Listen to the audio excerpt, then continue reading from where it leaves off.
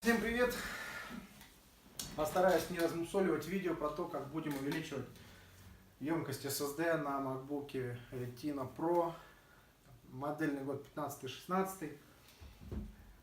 Значит, существует два типа SSD оригинальных, вот они. Один толстый, другой тонкий. Толстый это, грубо говоря, до 13-14 года. Тоненький уже после 13-14 года. Значит, это NVMe PCI Express, это NVMe, соответственно, SATA.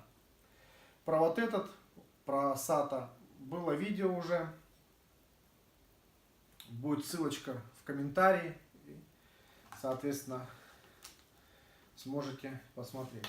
Значит, вот он, MacBook, куплен в этом году, в 2018. Для того, чтобы поменять этот диск, нужен будет переходник. Кстати, он у меня уже стоит. Вот. И нужно будет приобрести диск. Я приобрел Samsung, есть и другие, но на 2 терабайта. Есть только вот у Samsung на текущий момент. Сейчас, наверное, другие производители тоже потянутся. Вот 970 серия, можно ставить 960 серию. У меня есть два диска, 960 на терабайт, кстати, уже стоит. И вот мне терабайта стало мало, вот сейчас на 2 терабайта ставлю и заодно снимаю это видео. До этого стоял 256 гигабайт, вот он, родной диск, показываю его вам. Так, чтобы поменять диск, нужно, чтобы обязательно стояла Mac OS X Sierra, High Sierra, последняя Sierra. Вам нужен будет наборчик отверточек. Вот. Соответственно, я уже биту подобрал. Делаем резервную копию. Соответственно, на любой USB диск. Вот у меня есть диски USB-шные. Time Machine, делаем резервную копию. Берем отверточку. Выключаем ноут. Соответственно, до этого покупаем диск. Берем отверточку. Так, чтобы вам было получше видно. Так, давайте я попробую поближе поставить, соответственно, камеру. Вот, и вам будет сейчас лучше видно. Так, я надеюсь, видно хорошо. Так, вот берем отверточку, начинаем. Так, запоминаем, какие болтики где стояли, потому что болтички разные. Болтички разные. Ну, давайте начнем вот с углового. Для удобства я вот прям рядом кладу. Откручивается легко. Все, соответственно, без проблем. Немножко вот у меня MacBook насосал пыль. Можно будет сразу заодно провести чистку. Ой. Так, все хорошо. Так, и вот достаточно быстро разбираем.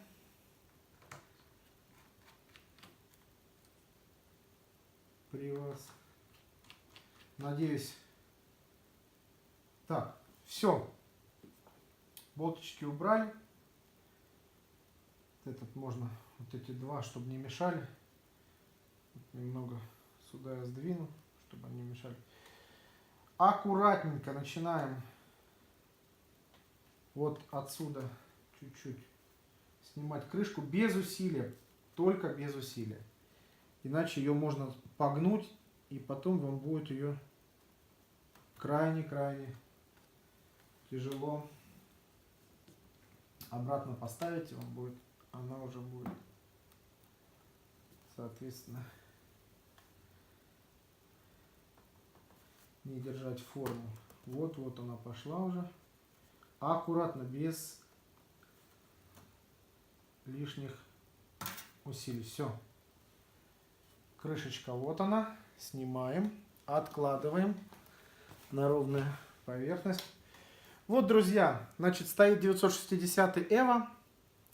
И вот как раз переходничок. Сейчас мы его увидим, я вам его покажу. А до этого, как я уже говорил ранее, стоял вот этот оригинальный диск на 256 гигабайт. Снимаем терабайтный диск.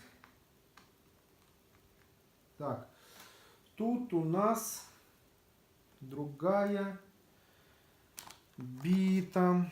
Тут, по-моему, уже стоит торкс. Так, попытаемся подобрать его. Вот он. Тут уже торкс. Так, вот, откручиваем один единственный болтичек. Я надеюсь, всем видно. Вот, соответственно, диск. Можно его вынуть. Вот 960 эвик наш. Откладываем его. И, соответственно, вот этот переходник можно заказать на AliExpress за 300 рублей. Вот. В Москве перекупы его продают где-то за там 1200, 2000, некоторые больше. Но реально он стоит 300 рублей на AliExpress. Ссылка будет в описании. Ссылка будет в описании. Так. Вот 970. 2 терабайта, новый. Так, берем его. Вот. Все очень просто. То есть сначала вы установили вот этот переходник. Он также просто вставляется.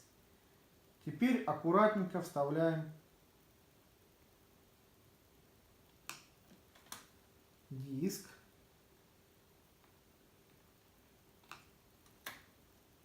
Все. Диск вставлен. Достаточно плотно сидит. Убеждаемся в этом. Так, берем наш, соответственно, этот фиксирующий болт.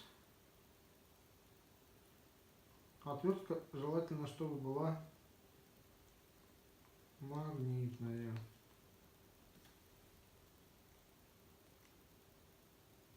Сильно не надо, ну так, чтобы плотненько сидел. Так, вот, пожалуйста. Все плотненько сидит, никаких проблем. Значит, некоторые советуют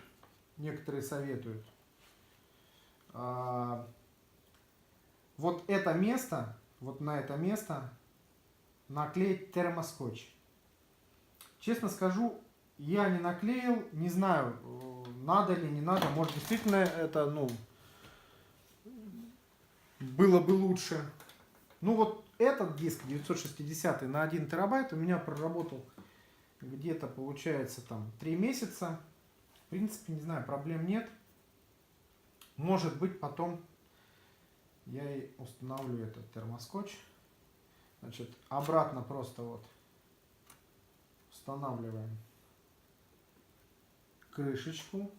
Вот все везде село. И вот смотрите, удобно обратно поставил. Вот у меня все болтички рядом. Да, биту меняем. Ставим эту звездочку. Это не торкс, это именно звездочка. И начинаем. Я сразу же их не затягиваю. То есть сначала просто наживляю. Это нужно для того, чтобы крышечка задняя встала. Можно, знаете, как делать? То есть сначала уголочки. Я думаю, что так даже, наверное, более правильно. Но не затягиваю. То есть вот я ставлю, закручиваю, но не затягиваю их. Затягивать, кстати, тоже нужно не сильно, но так, чтобы вы понимали, что болтик встал. То есть вот уголочки мы ставим, потом вот эти средненькие. Ничего сложного нету, то есть нужна только вот аккуратность, внимательность. Каждый из вас сможет установить этот диск. Никаких проблем. Больше сложность вызывает установка системы на такой диск. Так. Вот устанавливаем. Щелкает немножко, это я чуть-чуть переусердствовал. Я уже подзатягиваю, я уже считаю, что крышка стоит на месте. И затягиваем оставшиеся. То есть нам понадобилось, ну сколько получается, там 5-10 минут.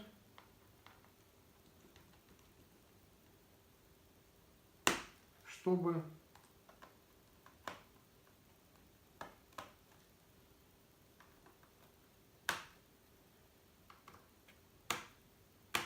установить. Ну вот щелкает, я думаю, конечно, это неправильно, но у меня уже бита немножко, честно скажу, подсевшая. То, что щелкает, это неправильно. Все, друзья, подписчики. Друзья, установили жесткий диск. Значит, пытаемся загрузиться в нет режиме. Так, нажимаем, соответственно, Command-R и нажимаем кнопочку включения. Так, грузимся, вот Command-R удерживаем, да. Вот у нас появился режим загрузки по сети. Вот. У меня, значит, смотрите, установлен Thunderbolt Ethernet, и он сразу его увидел и начал скачивать загрузчик Netboot. У кого, соответственно, такого переходника нет, вы просто подключитесь к своей сети Wi-Fi и также сможете загрузиться в этом аварийном, ну, режим восстановления операционной системы. То есть после того, как вы установили новый диск, у вас на нем ничего нету, соответственно, у вас нету аварийной системы. Когда вы установите первую систему на него, он создаст специальный раздел и туда установит вот аварийный, образно говоря, загрузчик. А сейчас вот нужно, удерживая значит, клавиши Command-R, включить ваш MacBook, и, соответственно, вот он будет загружаться именно в такой, в режиме восстановления операционной системы. Вот, ожидаем, он там какое-то время, соответственно, загружает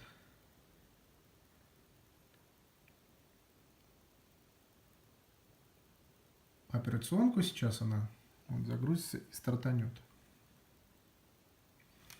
Да, и вы, соответственно, должны вот приготовить, вот мы приготовили Seagate диск. Вот у меня, кстати, 4 гигабайтный Seagate, всем рекомендую, сейчас уже есть на 5 терабайт, ой, я извиняюсь, не гигабайт, терабайт, 4 терабайтничек вот такой, смотрите. Вот. А сейчас уже есть и на 5 терабайт диски. Вот сейчас будем его коннектить. Сейчас вот загрузимся. Можно, в принципе, законнектить уже и сейчас. Так, вот смотрите, пошла загрузка операционки. Это не полная операционная система, это будет сейчас специальная операционная система. Именно для восстановления MacBook. Так, соответственно, вот у нас диск готов. Наш вот отверточки. Сори за то, что так медленно. Ну, попытаемся вот уже, когда будете окончательное видео смотреть, все эти моменты убыстрить.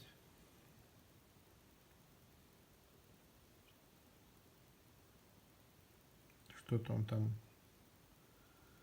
заново грузит. Что-то происходит. Да, вот смотрите сейчас.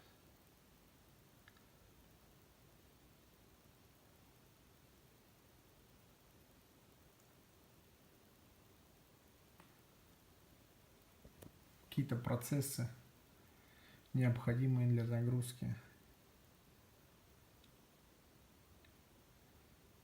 Режим восстановления. Вот. Вот он, режим восстановления. Пожалуйста. Значит, если вы делали резервную копию из Time Machine, вы просто можете вот нажать эту кнопочку, восстановить из резервной копии Time Machine. Вот, продолжить. Нажимаем здесь тоже продолжить. Вот она увидела мой диск. Выбираем его. Вот. И, соответственно, вот она, резервная копия 3 октября.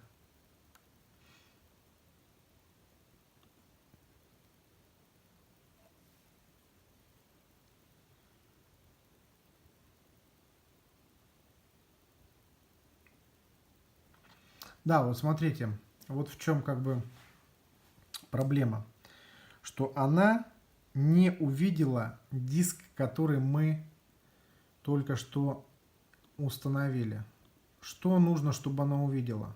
Да, вот, смотрите, нужно обязательно разметить его. Вот у нас есть дисковая утилита. И вот у нас наш Samsung, смотрите, 2 терабайта. Он его увидел. Он его увидел. Вот. Ну, соответственно, для того, чтобы он смог им пользоваться, нужно создать разделы. Вот. Можно нажать кнопочку «Стереть». Вот. Ну и тут, соответственно, указать имя, как будет называться раздел. Ну, давайте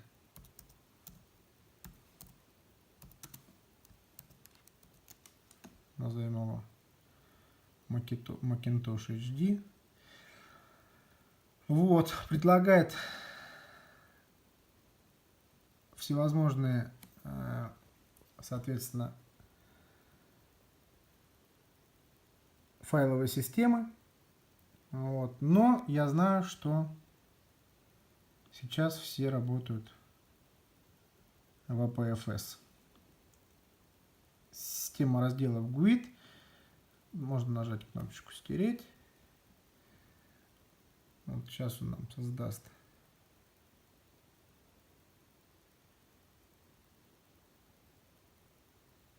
Все. Создал нам разделы. То есть, ну, грубо говоря, мы его отформатировали. Вот.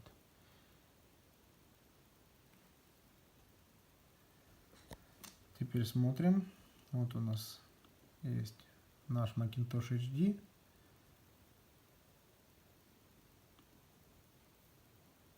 Вот, соответственно, у нас 2 терабайта APFS. Так, закрываем дисковую утилиту. Снова заходим в восстановление.